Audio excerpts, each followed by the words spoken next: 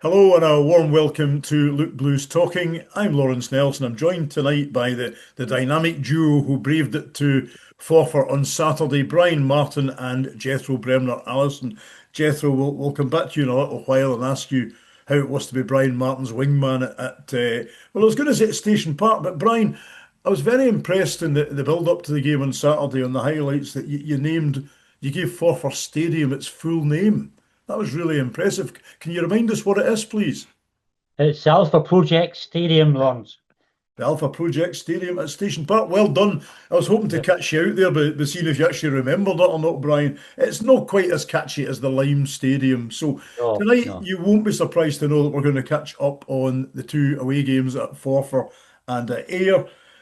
It's another championship side for us at the Lime Stadium on Saturday at Stair Park as we take on Queen's Park, this one in the Scottish Cup. Other little bits of snippets and news which we'll cover as we go along. But hello to you two guys. Thanks for joining me. And hello to everybody watching. So you're the duo up at Forfar on Saturday. Jethro, I'm going to come to you first. A 2-2 draw at Forfar. Um, Even sitting in my living room watching Twitter, watching those second half chances being reported on, that felt a bit harsh. Yeah, it would break your heart, Lawrence. We were absolutely brilliant on the day, I think. I think we talked about as we were getting closer to the end of the game, we could have had 4 or 5 goals in that second half. But do you know what? More than anything, it was a joy to watch. It was a privilege. There was no stress. The amount of times I've been to Forfar, we've all been to Forfar down the years and got beat and came away with that familiar feeling and that drive down the road. There was nothing like that for me. Yeah, there's a disappointment that we're conceding in the last minute because we dominated the game. But we've also got to bear in mind that we're now at a stage where we're only so disappointed at that because for me, we're streets ahead of that team. It's not even close now.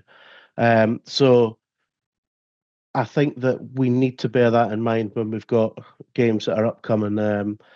Just how far we've come. Brian, that's 3 times we played for this season, and it's fair to say, maybe not necessarily in terms of the result on Saturday, but in terms of performance, as Jethro said, it's chalk and cheese from that first league game of the season. Yeah, absolutely, Lawrence. That's when we were in a great bit of form at that time. It was only our first league game, right enough. But I thought we beat them easy then at Stair Park.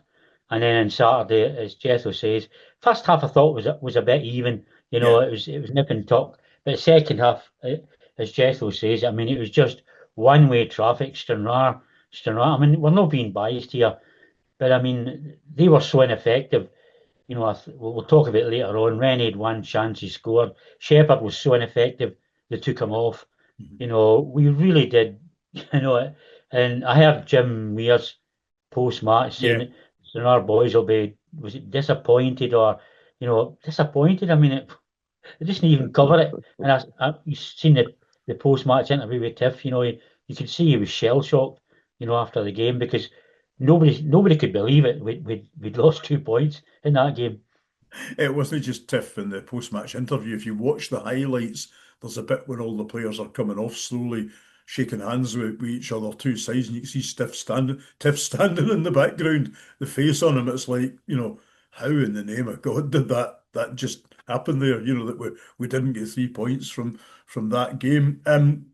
Jethro, let's go back to the first half. I think, even looking at the Forfar fans in Pie and Bovril, most of them said that Stranraer should have won that one comfortably. I think, to be fair, a lot of them said the first half they thought Forfar did pretty well. And I think, as Brian says, the first half was a bit more nip and tuck. But what we need to talk about is Finn Ecrepont. That finish, you guys were right behind it, where the camera is positioned at Station Park.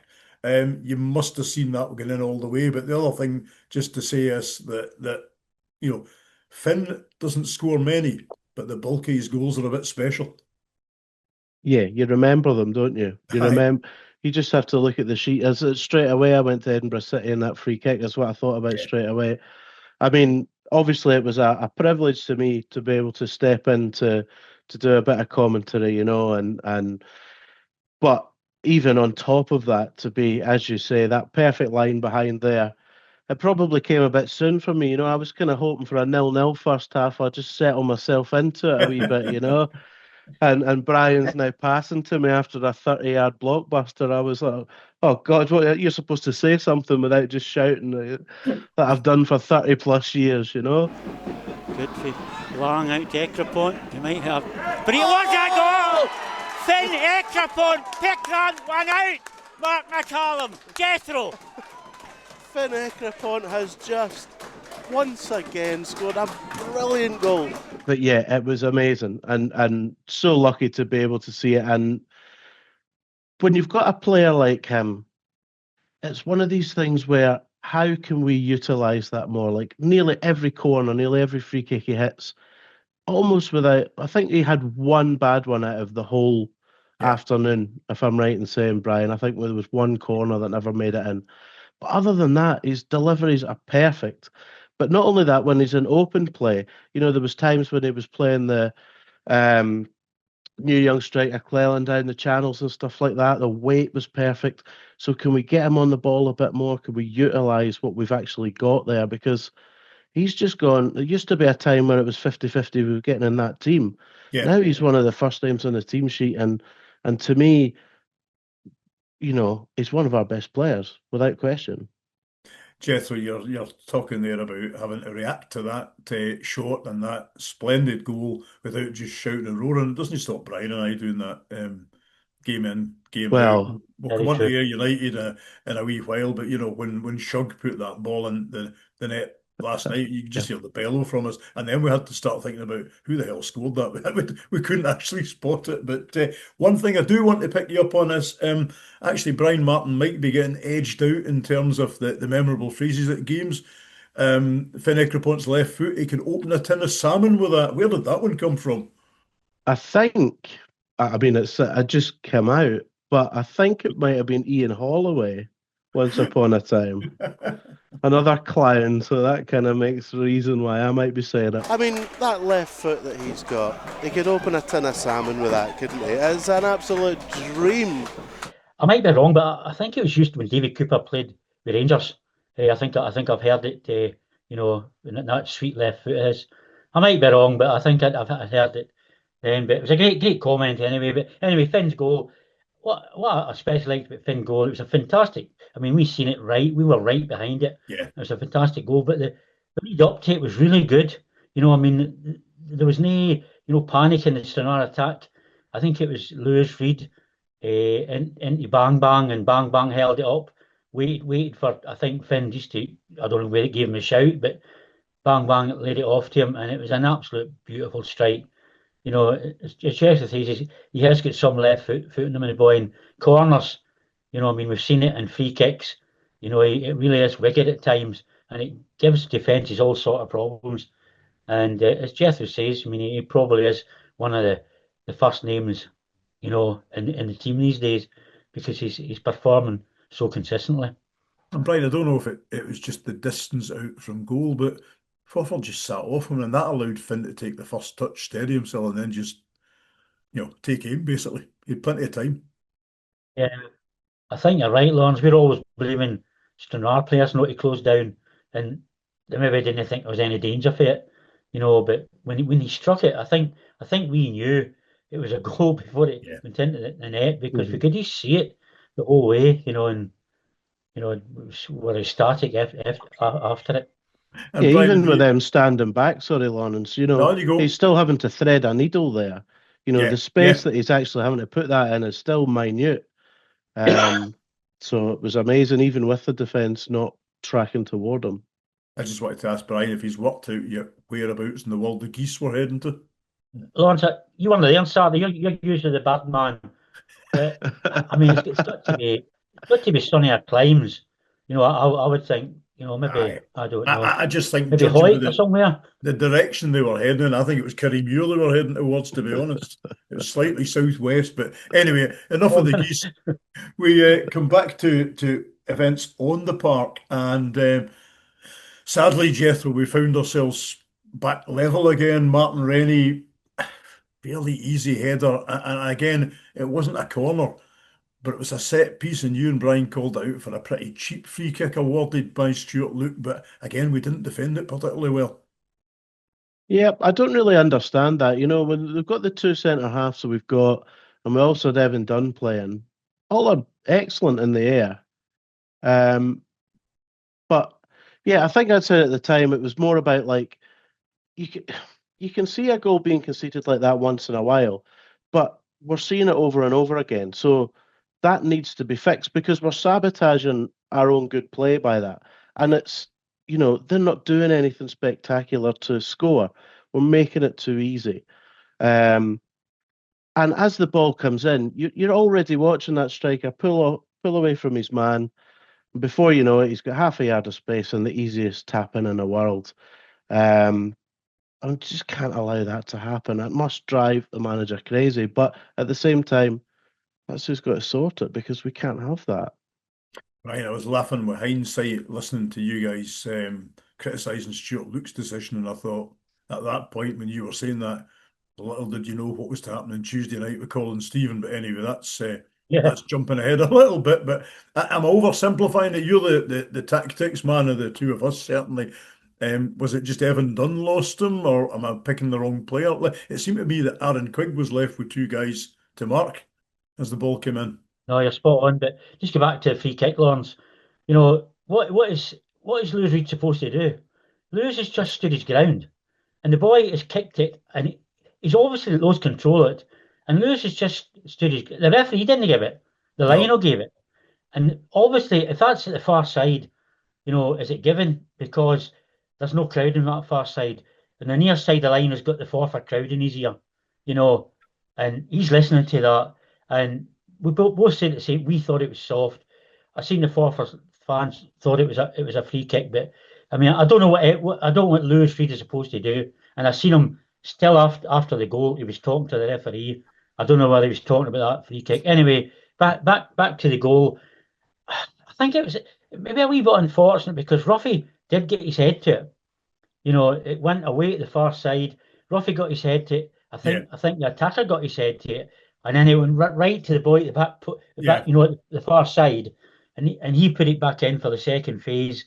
And Martin Rennie, you're right. After the game, it was Evan Dunn, but I think he didn't go with Rennie for some reason. I don't know why. Yeah. But we've seen Martin Rennie and he always seems to score against us. By the way, every game or every second game he scores against us, and we've seen him for years and years, guys. League Two.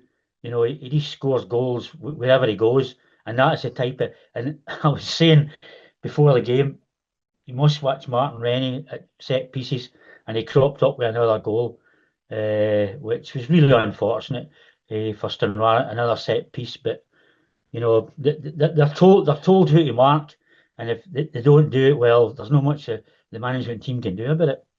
I just wish we had the money to adopt the tactics that the old firm did. I think it was the late 80s that everybody that scored against them, they just bought them and put them in the bench so that they couldn't score against them. So anyway, never mind that. So we moved on, half-time, 1-1, probably be relatively happy with that pre-match. We're drawing up at Forfar. But my God, Jethro, what a second half we had. If you ignore it, we'll come back to the 91st, 92nd minute later on, but what a second half we had. Well, it became the Don Plank show, let's be honest. Sizzling, Brian Martin said. Sizzling. Sizzling, yeah, that is almost an understatement. It was so good. I don't remember seeing 45 minutes of a player of ours just that was so dominant. I was thinking in the first half, we were playing a kind of diamond in midfield and it was narrow. And obviously, I think the manager even mentioned that at the end, that his ploy was to keep that very narrow and tight in the middle.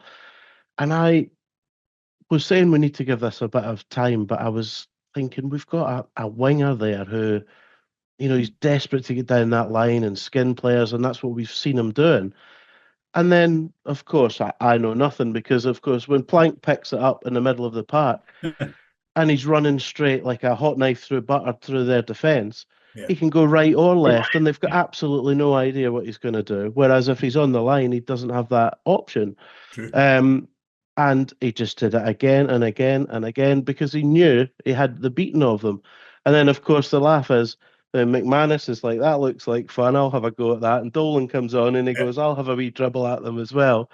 And the Forfar defenders were in bits by that point of the game.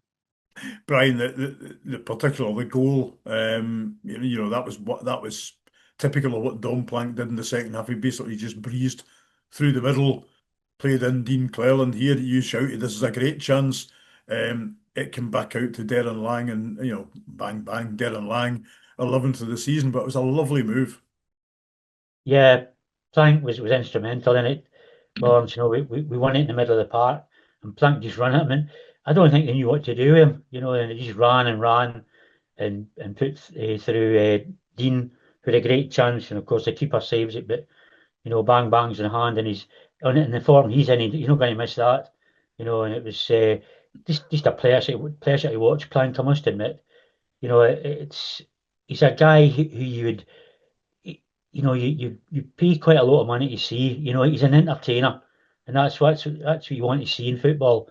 And if any Stranraer people are watching this and haven't been able to stay apart to watch this boy, he's definitely worth the entry money to go and watch him, because he won't be here next season. I can assure you. He might even be must be in the Hearts fringe of the first team, I would think, next season.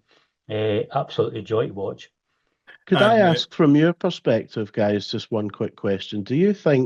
Are you surprised that we've managed to hold on to the two boys for the rest of the season with the level of performance, especially Plank's putting in now? I would say yes and no. I spoke to Martin Fellows a few weeks ago, and I can say now, because it's obviously been sorted out, that Fez said at that point we're pretty close to getting it sorted. But I'm trying to think what exactly he says, to be fair to him. I don't want to misquote him. But the gist I got that it wasn't the Hearts were being difficult to deal with. I think it was just that it took a bit extra convincing this time, because Hearts had realised that actually other clubs might take these guys on loan. So I suspect our trump card, Brian can agree or disagree, I suspect our trump card on this is the fact that they are getting regular game time. They're likely to continue to get regular game time. And I guess, Brian, that's what Hearts are wanting out of this. Yeah, I think Hearts are watching the two boys, and they see they're making progress at Stranraer. They're getting game time. They're playing nearly every week. And Matty Gillis is there as well. So the two of them, can, if they get lonely, they can talk to each other, because, because they're teammates. And I think Hearts are just watching the situation, saying, okay, Stranraer have done okay. I actually get told on Saturday, before the game, they had signed up. I asked one of the committee members, and they kind of hummed and hawed, but I got the information from Matt Gillis' dad, so I knew they'd already signed up. I couldn't say a word until it became official. I'm contrasting it with Dean Cleland, because I believe I might be wrong on this, but I believe he was at East Kilbride early in the season, and he wasn't getting game time. So I think it's maybe important for the young players, and from the parent club's point of view, to have them at a club where they're actually going to get regular game time. And I think my opinion, Jethro, is that that's probably been the clincher in the argument, that we are giving them starts, we're giving them regular sub appearances. So they're not like some loan players who join another club and come on for the last 10 minutes every week. And that it might still develop them a bit, but it's not as much a development certainly as playing from the start. Fairly regularly. I think from there, but let's hope as well that they were involved in it. How have you enjoyed the first half? And they're loving it. I hope that that's the case. It's certainly play like that's the case. I was just a bit fearful, because I know that there's a lot of these kind of link-ups you get now with clubs, and for me, they could whisper it, but they could play higher, But I'm sure they will in no time at all. But I'm so happy that we're keeping them, and I was expecting a bit less good news, or it to be a real battle. So when I saw that coming through, I was really chuffed with that. Good to get it over the line, because it just started getting slightly more worrying towards now, when you started seeing things like Dom Plank in the team of the week, that kind of thing, that it just puts the name out there, and you think there must be other League Two and even League One clubs thinking, we could use that. But I mean, that is all credit to the two players. The fact that I think we think they could both play regularly at our level and probably at a higher level. So just to confirm, while we're on that subject, that it was confirmed yesterday that Dom and Matty will be at the Lime Stadium at Stair Park until the end of the season. So good news and more selection headaches for Chris Aitken. Sorry, Lawrence. Funny enough, I read a Forfar fan in Pine Bovelin, and he was just impressed by Matty Gillis. Yeah. He says his organisation, for a kid in the middle of the park, just a youngster, he says he seemed to be organising things in the middle of the park. I mean, which is very, very, strange for a kid to do that. So again, a fantastic talent and You're, a boy you're absolutely right. Yeah, absolutely right. I mean, Dom, you're saying he was sizzling on Saturday, but when the two of them came in at first, it was Matty who hit the ground running, I would say, to begin with, and it took Dom a few weeks to, again, I guess, push his way into the team. So chuffed to see that they're staying for the rest of the season. We got as far as the 2-1, bang, bang, putting us ahead at Forfar. Brian, it just continued with attack after attack, seemingly until the 91st minute. Yes, the highlights told all the story, Lawrence. I mean, they had two chances, two chances in goal, 2 attempts in goal and scored twice. Martin Rennie. I actually thought we couldn't really see it because where we stand, you'll know yourself, Lawrence, where we stand up in the gantry at Forfar, it's quite unsafe for us to go into George's weekend patch because it knocks the camera off. So we can't stand on there. So we've got to stand on, I think it was a green bit, Jethro, am I right? So we've got to stand avoid on the green bit, Brian. Yeah? We were to avoid the green bit. Was it avoid the green bit? See what I mean? Yeah. So we had to avoid the green bit. So I thought it was Rennie had the chance. I was wrong in commentary. It was like who scored again? Who scored for them? Was it Sutherland? No.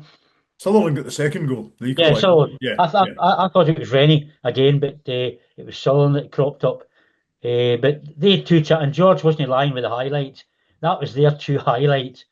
Basically, I know they had a chance early on when there was a mix-up between, I think, Josh and maybe Lewis, and the ball just went past the post, but that was about it for them. Yeah. And then they scored right on 92. I mean, and I just threw that famous clipboard onto the ground. Clipboard. Yeah, I mean, I was I just could not believe it. And I mean, it must have been, as Jethro said, I mean, they should have got booked for daylight robbery. It was another great quote. That was your other one, Jethro. They should have got booked for daylight robbery. And Brian Martin, at least Dick Turpin wore a mask. Unbelievable.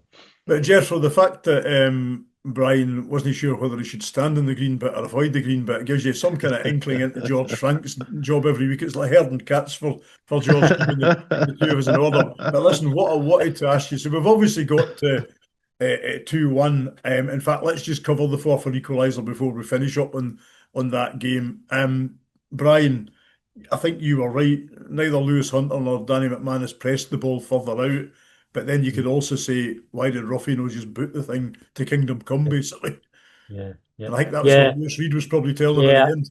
I think there was quite a lot of mistakes in that goal. I mean, don't get me wrong, it was a lovely through ball by the boy. I'm not going to say it wasn't, but I mean, the lack of press, for him able to do that, I mean, I think it was McManus and Hunter, I think, that stood off him. If it had been me, I'd have been right in his face and even foul him. So he couldn't get it forward. But they obviously thought there was no danger.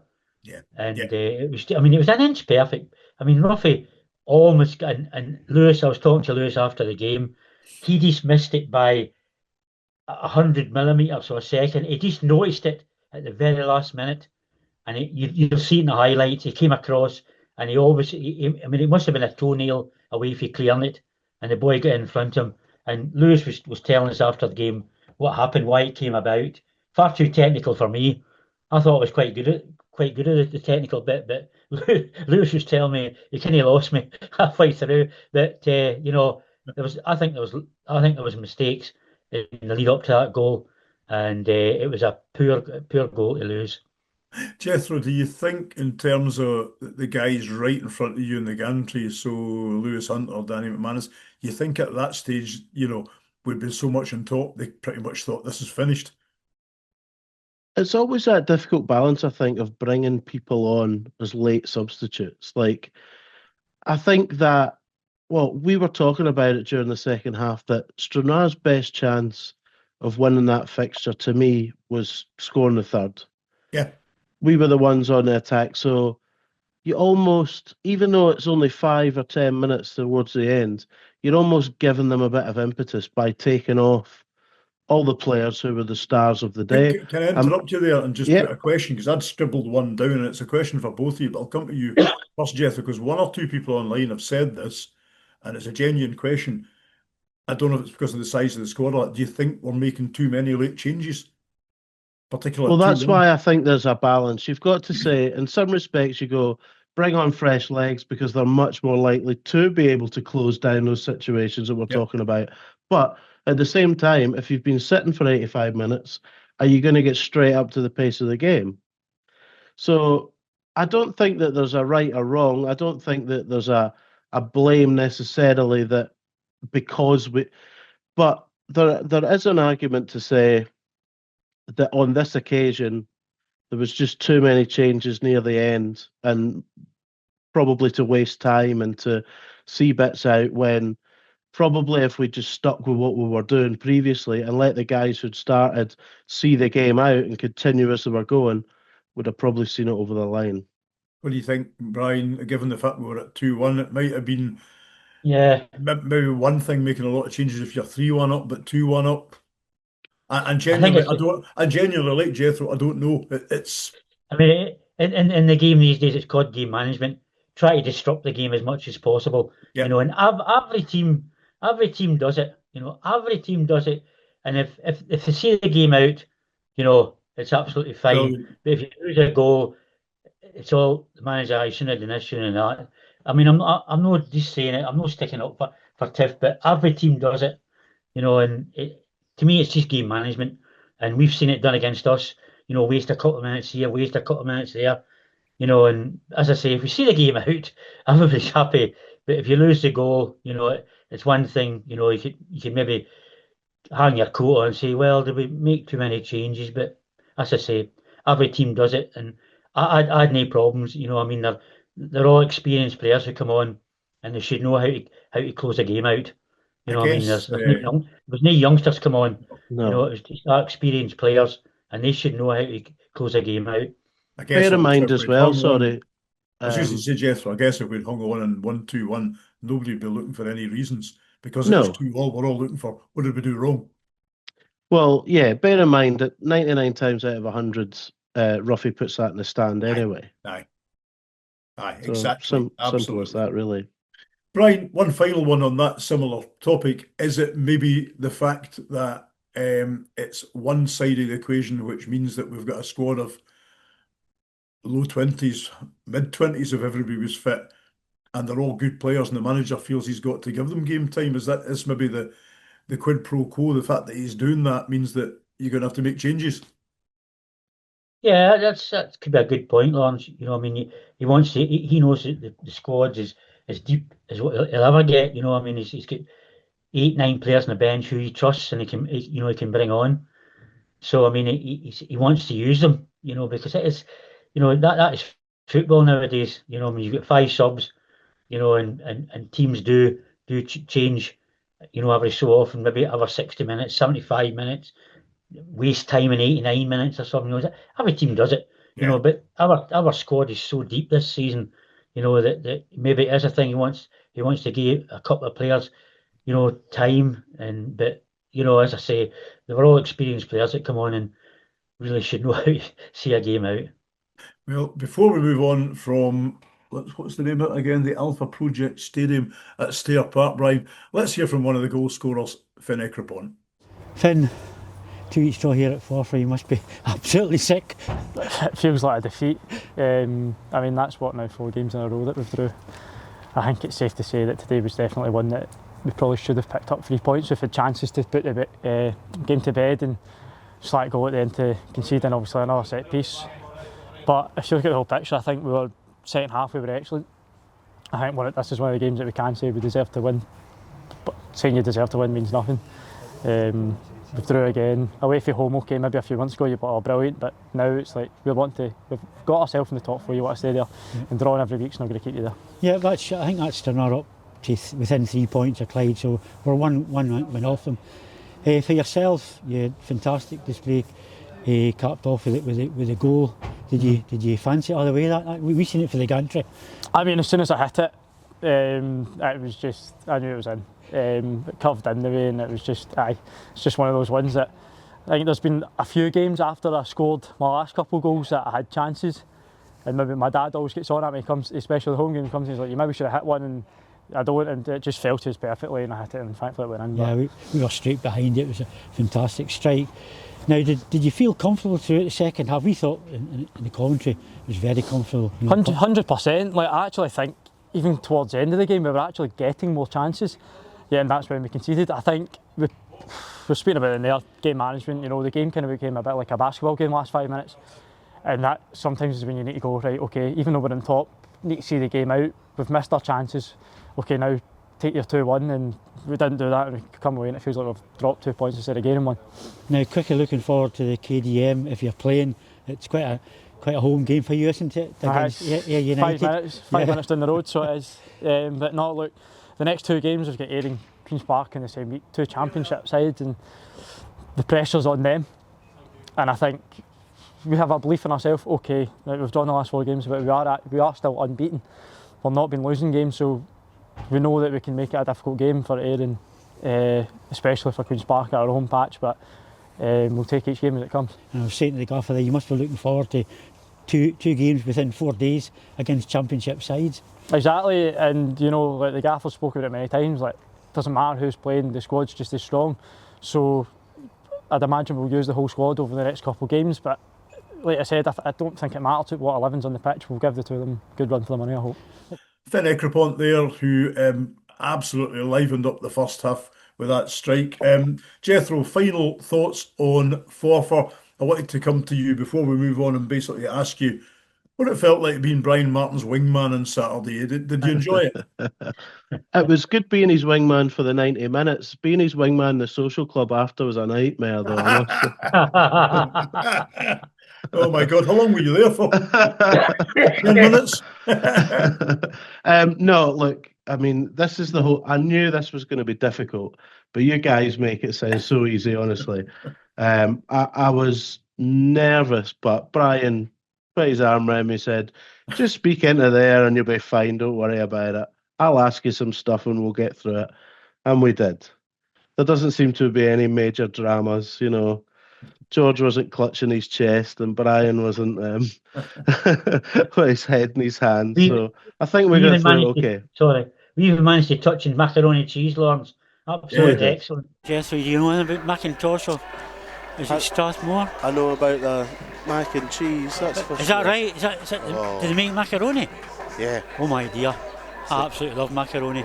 It's the good stuff. Yeah, covered all subjects. I'm under strict instructions by my wife not to mention that because my late father used to eat those products, and I'm not going to name the company on here, but I actually thought the cardboard covering was probably about as tasty as some of the stuff he ate. Maybe that's my father's cooking, to be fair. So we maybe better leave that one well alone. But Jethro, sorry, Lawrence. Just to finish up in the Forfar game, you know, I was asking Lewis after the game, you know, and they had Rennie and Shepherd up front, and I says, "How did you feel against them?" He says, "Honestly, he says it was so comfortable."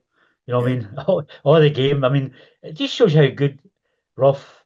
I mean, the back 4, in fact, it just shows how good they are because Reid and Rough are so comfortable against a player who scored 4 in his previous game. Yeah. And the game's so harsh, Brian, because, you know, we're talking about Scott Rough should have put that into Rose's head at the end. You know, it's the one moment in the game that you look at his performance and think you could have done something different, and it costs a goal. It's such a shame, and it's a hard lesson. So anyway, Jethro, one final one at this stage because we're moving on to cup games now. We obviously spoke to you on here much earlier in the season. I'm guessing what you've seen has changed in those few weeks in terms of that unbeaten run. You know, the run of 2 defeats in 20 up to Saturday. It's been quite a turnaround in the season in terms of points gathered. I was trying to think, actually, Lawrence, when it was we spoke. I know it was off the back of a victory, and it may have been the Dumbarton game, which almost kind of started at there's something that's been playing in my mind when the manager talks a lot about standards. Now, to get back to the standards of when he played for Stranraer, when they were in League One. If you've listened to the Terrace podcast that came out on Monday, absolutely brilliant. Listening to that today. But I wonder, when he talks about standards, I always used to think he meant like the professionalism in the team, the change in the training facilities, the how we conduct ourselves, the going to the boardroom, all that kind of stuff that's away from the 90 minutes. But I now wonder whether, when he talks about standards, he says, right, if you're playing Stranraer, there's a base level of how good we're going to be, because we'll be that good every week, guaranteed. So say it's a 7 out of 10.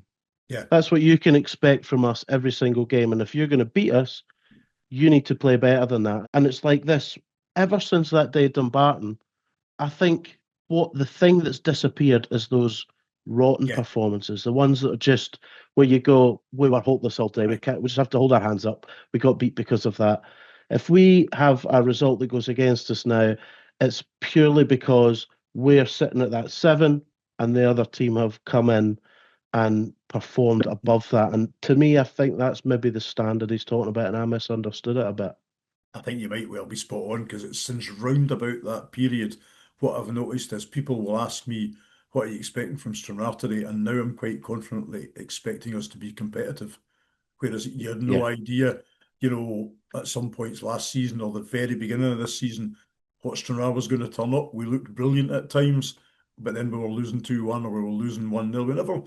We never really got hammered by anybody. East Kilbride put 3 passes a couple of times, and until Ayr, which we're coming on to, I don't think anybody had scored 4 against us this season, and that's a fairly good championship type team, a pretty good championship team. So yeah, agree with you. And just before we move on, I'll scribble down to mention it later on, but thanks for bringing it up, Jeff, for the podcast from the Terrace guys, Telfer and McGuigan, having a laugh with Chris Aitken. Highly recommend it. I think you've listened to it too, Brian, and it's actually a really interesting, run about 40 minutes or so. It's worth going online and finding that to listen to. It's absolutely brilliant, Lawrence. And as I was saying earlier on, it must be my age now, because I get quite emotional at times, the way Chris was talking. I thought it was fantastic. And just the way he was talking about the teams, what he does for the team. He tries to make it a happy camp, him and Ginge and the backroom staff. I thought it was fantastic. Just one wee thing, Sean McGuigan said that Tiff won the Manager of the Month. I don't think he did. Did he? No, because our start man said it was the first time since 2020. I don't think he did either. I think Sean had got that wrong, possibly. It doesn't take away from the fact it's a very good podcast. No, it was fantastic. Fantastic podcast. I love listening to the two of them. I watch the View from the Terrace probably from time to time rather than week in, week out.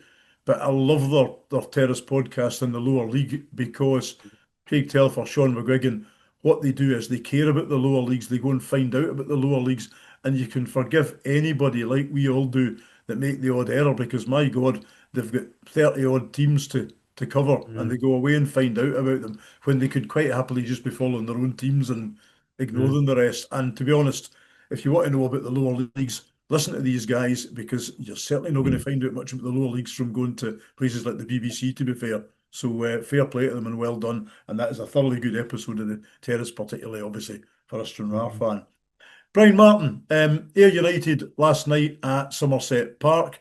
I'm hoping by now you've had a chance to look at the highlights. We were fairly caustic in our criticism of the referee last night, to the point I'm worried about how critical we were. I don't know about you, but looking at it again, I'm still pretty inclined to be critical. Yeah. You're going to get me in a rant now, Lawrence, but I'll go into the teams first before. I'll be back. I'm away at the pub. I watched Sean Crichton's pre-match interview with Queen's Park, and he was on about the KDM trophy is a trophy for kids, and I'll be playing kids. And fair play to Sean Crichton. I think he made about 9 changes, and he played a bunch of kids against Forfar. They scraped through, 2-0. But obviously Scott Brown didn't get the memo. When I look at Ayr's team, this is the bulk of their team. Want 28, Bannigan 33, or Brannigan, what we call him, 33, Dempsey 26, McMahon 29, Dick 30, Main 33, Dowd 29. They brought on Holt 32, Thomas 29. So obviously Scott Brown doesn't look as a competition for kids, and they must kind of have much in the way of youth, because I know Queen's Park have it quite a lot. And as I say, fair play to Sean Crichton. He played a kids team, but the only thing about that is he rested his championship team, and they'll come down to stay apart quite fresh on Saturday. So we're going to get. I think he played Fowler last night, but we're going to get the likes of Connolly, Drosdo, the 2 or 3 others who are going to be fresh. But onto the game, I thought the referee, Colin Stephen, was. I thought his first half performance was absolutely atrocious, and we know Derek Hughes, who goes about the grounds. When that was announced, Derek said, "You're in trouble," and he was absolutely spot on. I think Derek's watched him a few times, and I was not impressed. I mean, see the tackle in Dolan. Okay, I think the boy does win the ball, but it's a follow through. The boy slides in, right? So I think he did touch the ball, but I'm told as often, aye, but it's a follow through. So he's followed through and took Dolan out. So is it not a penalty? I mean, I'm confused. I mean, it seems to be a follow through when Stranraer do it, but when it's against Stranraer, no, it's not a follow through. It was a good touch in the ball. So I'm confused about rules. I think the biggest penalty for me is the keeper. Can we leave that one and just sorry. Just stay with that one just now, because I was going to say I'm going to come to Jethro as well. I'm hoping he's had a look at it. I've looked at that from every different angle, and in some respects, I think it's probably the weakest of 3 penalty claims that we had last night. But I can still see a penalty out of that. I think it depends what angle you look at it from. There's one angle where I think the Ayr player gets the ball first, but the other 2 angles, I actually think Dolan connects with it first. So I would still be claiming for it, but there are other 2 strong claims that we'll come on to later. But Jethro, in terms of that specific one, did you get a chance to have a look at it, and what did you make of it? Yes, I did, Lawrence. I had a look, and I'd obviously been made aware that there was a few penalty calls that were contentious beforehand. Yep, I would say that's probably the weakest of the 3. But for me, first of all, we've got those 3 angles. The actual chance to see was brilliant. The actual coverage and the way they could try and adapt different angles so we could really see what was going on there was great. But for me, at least 2. But that one, if you're not going to give us one, that can be the one, because that's the one. You're going to move on to other ones that are. We'll move on to the other ones. Don't you worry about that. Let's do it all in order, Brian. Ayr United went ahead, and it was really I think you described it on the night as a really fast break up the right, and when the ball came in, we really, I think between Ruffy and Josh, they really couldn't deal with it basically, and the ball was left bobbling for Main to poke home. Yeah, it was quite a lovely move. Probably one of the best moves of the night, Lawrence. It was such a quick move, caught us out, I think, and it was a lovely ball into the danger area. I mean, there's no doubt about it. We put a lovely ball in there, and as you say, Ruffy and Josh just couldn't deal with it. And I think it was Dowd, wasn't it, that poked it home. I thought it was Main. Maybe I had the wrong scorer on the night. I thought it was Curtis Main. Or maybe it was Curtis Main. It was one of the 2, but it was. I thought it was a nicely worked goal. Yeah. I don't know, but again, you could be harsh and say maybe they should dealt with it better. But it was a good move. You put your hand up and say it was a good swift move, and they got the goal at it. Again, Jethro, it might. I'm talking about Josh. I'm talking about Ruffy. It might be just that the damage was done out in the wing because we didn't stop the cross coming in. Yeah, and there was a couple of bits of quality from Ayr. They're always going to be a team a couple of divisions above, and as Brian said, with such a experienced squad that they were playing at, sometimes you have to say, okay, these things can happen, and I think Stranraer did do that because they bounced back. They had good possession of the ball. They had lots of chances. They took the game to Ayr, especially when it was 1-0 and then 1 each. It seemed to me that they were on the ascendancy. So as much as occasionally things like that happen. They didn't let their heads go down with that at all, and that was the encouraging part. Next penalty shout, Jethro, and this was the one that I thought on the night was the weakest of the three. But actually looking at it again, the one when Darren Lang came in, I thought the keeper just tripped him. I don't know what you made of it. Exactly that, Lawrence. That looks as clear as day when you look back on it. I don't think Darren made much of it, did he? He didn't. No. Got back to his feet, to be fair, and got on with the game. But yeah, it looked for all the world like I was just waiting for the whistle to blow. Brian, we actually thought that Mr. Stephen, for a minute or two, we thought he'd pointed at the spot because he's clearly pointing for a goal kick, but we were expecting a penalty and he looks as if he's pointing towards the spot. But looking at it again, what do you make of that one? Yeah, off the three, Lawrence, I think you're absolutely spot on. That, I mean, it is a penalty. There is no doubt about it. Darren has put it past the keeper, and the keeper's not even touched the ball. The keeper's took Darren out. Yeah. I mean, no matter how colour specs you've got on, the keeper has took Darren out. And I know he's maybe had a heavy touch, but it doesn't matter. He's took Darren out, and Stephen didn't even he never even thought about it. He just said it was a bye kick, and the keeper has got away with one there big time. And I mean, I see their fans saying, it wasn't a penalty, blah blah. But it's okay when it's not on a foot. But I'll be waiting when Ayr get a lot of bad decisions against them in a championship game, and we'll see what the reaction is. In Pye and Bovril once they get few. I mean, I think what somebody says, it's great to see referees sticking up to these type of things. We'll wait and see if something like that happens against them, in the championship. I think we'll go at the third goal eventually, but to me that is an absolute stick-on penalty.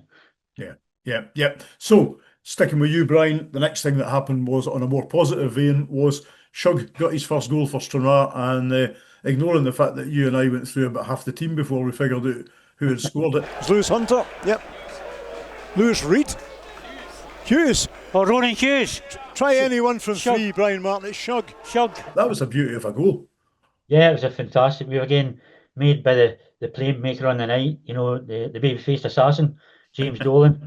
Absolutely brilliant for Dolan, and Shug got his head kicked. A lovely wee, a cushioned header, went into the far side of the goal. Brilliant goal, I've got to say it was best goal of the night. Maybe their goal was quite a bit scrap at the end, but it was a really lovely goal.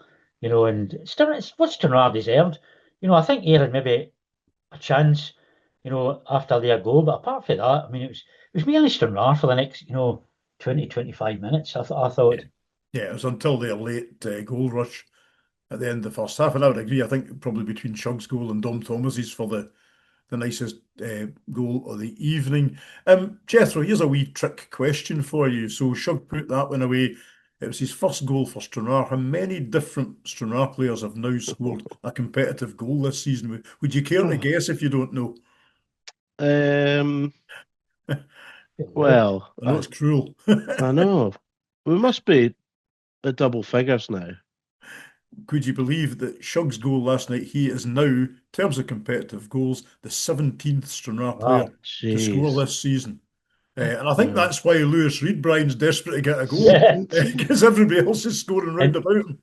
We never even touched on poor Lewis's effort to come back off the post at Forfar. At Forfar, yeah, absolutely. He's away if he opened his account. Well, yeah, that's right. With the three different shots from all different angles. And actually, in a similar vein, Jethro, before Shug scored last night, Kurt McKnight had a ball come back off the crossbar. So, it wasn't just we turned up at Ayr and tried to park the bus, for example. It was far from it. So that was a nice headed goal from Shug.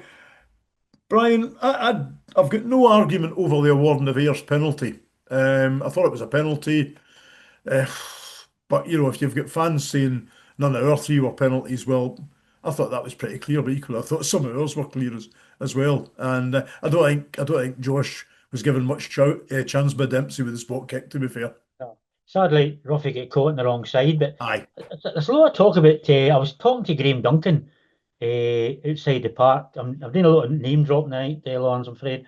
I was talking to Graham Duncan outside the park, and he was saying the second goal, it was a throw into us, and he got the throw in, but it should have been George just didn't capture the the ball going out.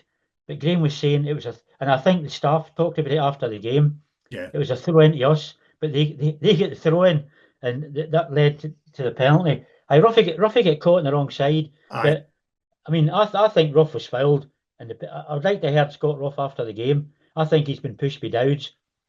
Well, Again, your fans are saying, Dowds is pushed all the time, doesn't get these things. But that two wrongs don't make a right, though. I was going to say that. What does that matter? Aye, What I mean? aye. I think Ruff. Well- Ruff again, Colin Stephen was oblivious to everything. He just didn't see it. You know what I mean? And Well, talk about the third one, Brian. I mean, how clear was the shove by Liam Dick before the third goal for him? yeah, I thought that was a foul as well. A lot of them are saying Dockery wasn't strong enough, but 99 times out of 100, you see that given as a foul.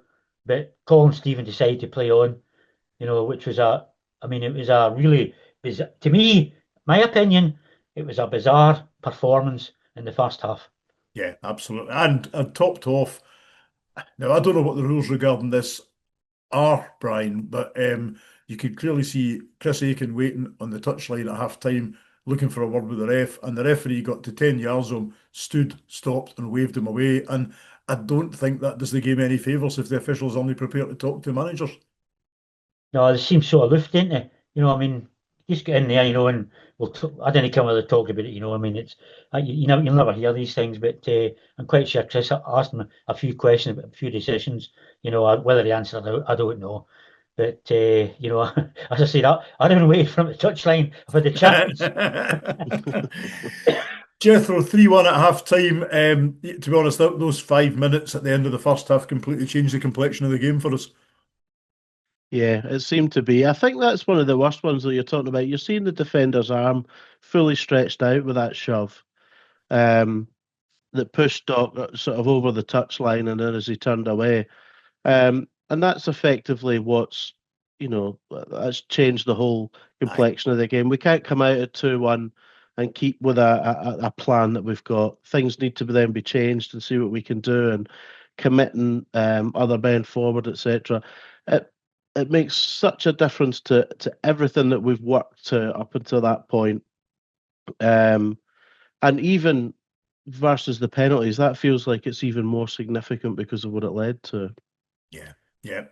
Brian, second half, we were always up against it unless we'd got a quick goal back. And, we were in the game. It wasn't a foregone conclusion, but basically the subs that Ayr brought on, the experience they brought on, Dom Thomas's finish, I thought was a lovely goal, and that's what Ayr needed. They always needed that fourth one, the 3-goal lead, just to clinch the tie. They got that, and then the incident after that was described to me as an insider at Ayr as a stone wall penalty on BJ Call, and again, referee wasn't interested.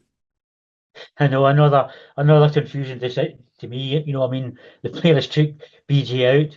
And he's caught him in the thigh, and BJ was right in front of us. After the incident, and he's holding his thigh. And he said something to Chris. I don't know what he said. Maybe he said he was all right to continue. I don't know, but again, it looked a penalty. Probably the second or the three, in between, but it definitely looked a penalty. Maybe, I don't know. It's all your opinion, Lawrence, and we're seeing it in our eyes. We try not to be biased. We're fans first and commentators second. Absolutely. And we just call it as we see it. And I'm better than what I was, but I'm the most biased Stranraer supporter. I'll just stick up. I'll stick up for Stranraer for everything, but I'm better than what I was. I've definitely tried to. And everything that we claim for isn't necessarily going to be a penalty or a card or whatever. But actually, last night just felt bizarre that there were 3 relatively strong penalty. Well, some of them were stronger than others, to be honest. And it was the fact that the referee didn't seem interested in them, which I found quite bizarre. But the minute Ayr got one, which again was clearly a penalty to me, straight in there, pointing at the spot, and to me, it wasn't Mr. Stevens' best night. We have off nights on commentary. I think he had an off night as a referee last night. Jethro, in terms of the squad rotation last night, you've probably seen the team lineup, but in terms of all the players that come on, I'm actually guessing, and also in terms of the possession we enjoyed, in spite of the scoreline, it was probably a useful night for Chris Aitken and his management team. Well, one of the comments that I heard one of you guys say in the commentary was talking about how the players continued trying throughout the game, even at 4-1. There was still a lot of endeavour in that last 20 minutes. Now, I guess the good side of having 6 or 7 changes for these type games, they know they've got a Queen's Park game to play for coming up. They know they've got a shirt to play for. So there's no excuse to stop because you know that you're going to lose your shirt if you don't have a good game.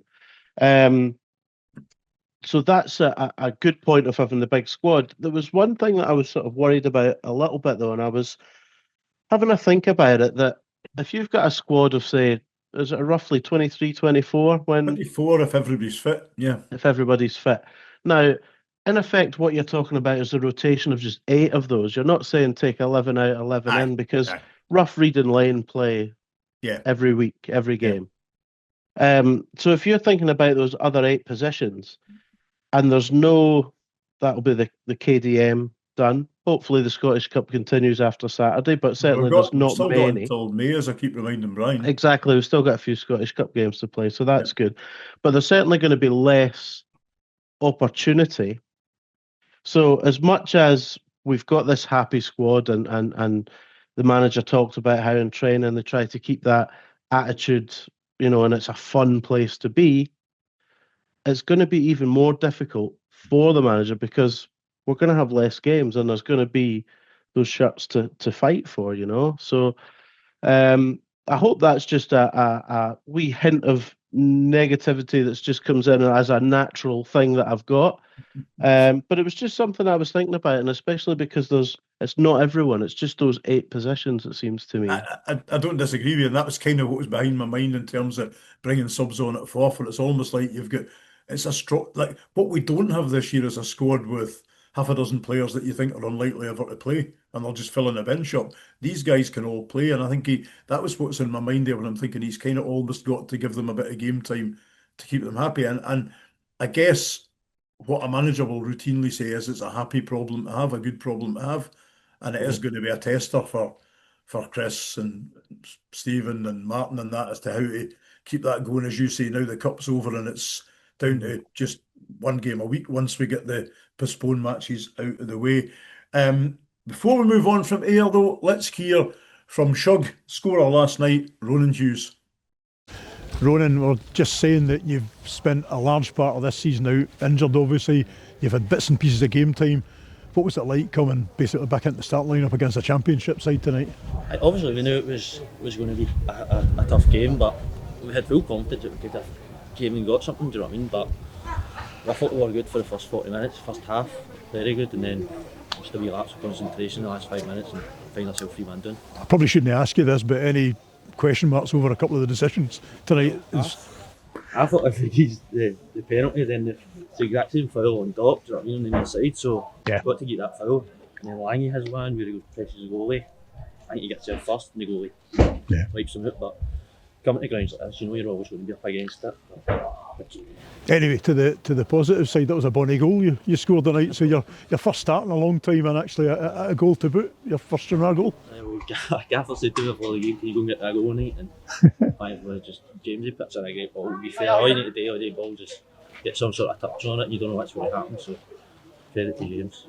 I'm guessing when you come in at the start of this season, there probably wasn't an appreciation of how tough it was going to be to get game time because of the squad that the guys have put together. The manager's done a great job bringing in all the players, I mean everybody.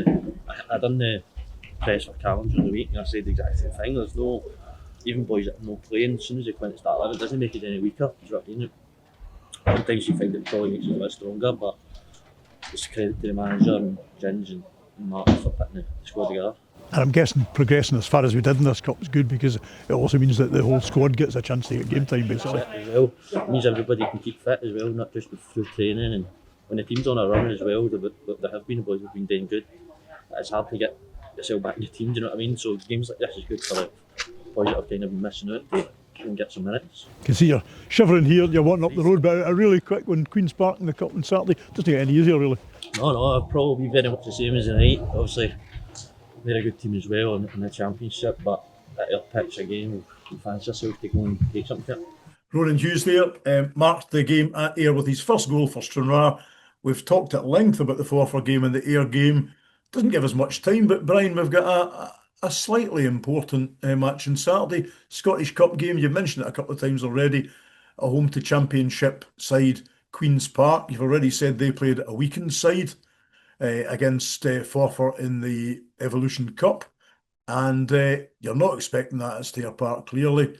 What are you expecting from Saturday's tie?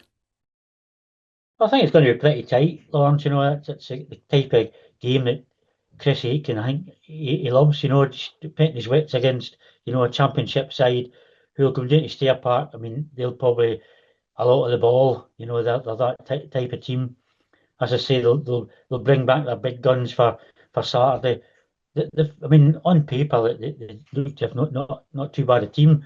But I did watch them against Linlithgow, and I wasn't too impressed in their first half.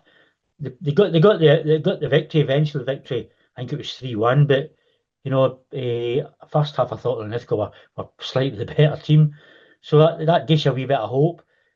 As I said, I mean we'll make plenty of changes again on Saturday. I'm quite sure you're going to get 6 or 7 changes for the Stranraer side, probably the same for Queen's Park, and I'm really looking forward to the game. I mean, again, it's against a championship team.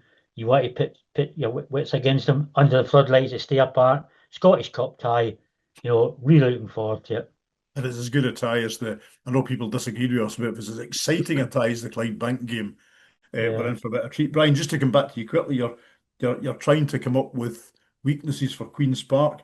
They haven't lost since the 5th of December. Yeah, they're in quite a good run. I think they drew with Thistle in the league the last time they played. Yeah. If I'm right in saying that. 2-2, yep. Yeah. I don't know what their away record's like, but Last away game was a 3-0 win at Airdrie. That was on the 20th of December. So they're low mugs, basically. Yeah, Airdrie in a bit of form. So I mean, that just shows you what you're up against. But we've got to. I mean, keep them quiet. First 15, 20 minutes. And you never know. But you've got to keep it tight early doors. Because if they get an early goal, they get the confidence. But a few shaky heads in the Queen's Park ranks maybe after 20-25 minutes, and we might be able to sneak a goal, and there we are. On you go. Jethro, similar question to you. I know you're not a soothsayer or a fortune teller, but what are you looking for on Saturday? Well, first and foremost, so looking at Queen's Park, I totally understand why they would have put out that team against Forfar, and he's probably promised the younger lads that they would get that opportunity. But they've not played since the 27th of December. Aye. So, in effect, those players who they're going to be bringing back haven't played since the 27th of December. That's a long time to not be playing football. It's almost like a mini pre-season that they've had over that period of time. And as much as, yes, they did win at Airdrie recently, as you say, in December, they have only won 3 games all season in the league. Yeah. This, to me, when you looked at the Ayr and the Queen's Park, this felt like the bigger opportunity. Obviously being at home, a team who I'm sure the fact that they want to be 8th in the Championship and not 9th is far more important to them than progressing in the Scottish Cup. The fact that they seem to concede a lot more goals than they score, and the fact that we have a squad that is quite capable of matching Queen's Park in a lot of areas in the park. As you say, like you, Brian, I watched the Linlithgow tie. Again, that's a little while ago, so how much has changed since then? But as far as I remember, Linlithgow took the lead, and that first half was harem-scarum stuff, and it took Queen's Park all their efforts to bring that back. So that sounds like a good plan for us to get at them early, to see if we can get that opening goal. The fact the bookies have us sitting at 3-1 means that they don't think this is going to be a big difference between those sides. You know, we're not sitting at 8-10 to 1. I think it's going to be a great game. It's going to be a proper cup tie. I think the crowds that were bright, you know, amazing crowd we had at Ayr. But I think, you know, the crowds at Stair Park are lifting all the time, or Lime Park, sorry. I'll get there. Lime Lawrence. Stadium. Lime Yep. Stadium, yes. But I think it's got everything that you would want in a cup tie. It's going to be brilliant, and I really am feeling good about our chances. Now you've just convinced Brian with those odds to go and get a monkey on Stranraer to win on Saturday against Queen's Park. Brian, final one to you. What would you be thinking in terms of the lineup if you were Chris Aitken? Well, obviously most of the guys who sat on the bench last night, you'd think will play. You know, I think it'd be, you know, near the team. Well, obviously Plank and Gillis. Compared with Forfar, the Forfar lineup, would you think it'd be close to that? I think it'll be fine. I think Chris did say he freshened it up against Forfar. I think he made 3 changes. As I say, Plank and Gillis will come back in. Whether he plays, I don't think he'll play Cleland up top with Bang Bang. I think Bang Bang will start up there. I can't see him playing 2 up top on Saturday. I can see Bang Bang up there himself, try to, you know, win the ball, keep the ball, you know, and wait for the midfielders to come up. I would like to see it again. I'd like to see Quigg in that midfield, but whether Quigg's in the midfield, I don't know. But as Jethro says, really looking forward to it. You know, when you have any chances, I mean, they're no world beaters. You know, I mean, that's the way we've got to look at it. Yep. You know, and if we are going to be in that Scottish Cup final in May, Brian, we need to win on Saturday and move onwards to the next stage. So that's it, guys. Thanks very much to Brian and to Jethro for joining me. And I was going to say thanks very much to everybody who has watched this, but I got slightly hauled over the coals at Somerset Park last night for ignoring the listeners. And I know there are probably quite a number of you out there that can't bring yourself to look Brian Martin in the eye, so you listen instead of watch. So thank you to the listeners as well. Get yourself out to the Lime Stadium, Stair Park on Saturday to back the Blues in the Scottish Cup against the jolly old Spiders at Queen's Park. Get yourself out to the Pavilion Bar from 1 o'clock onwards for a little juice beforehand, and we'll see you there.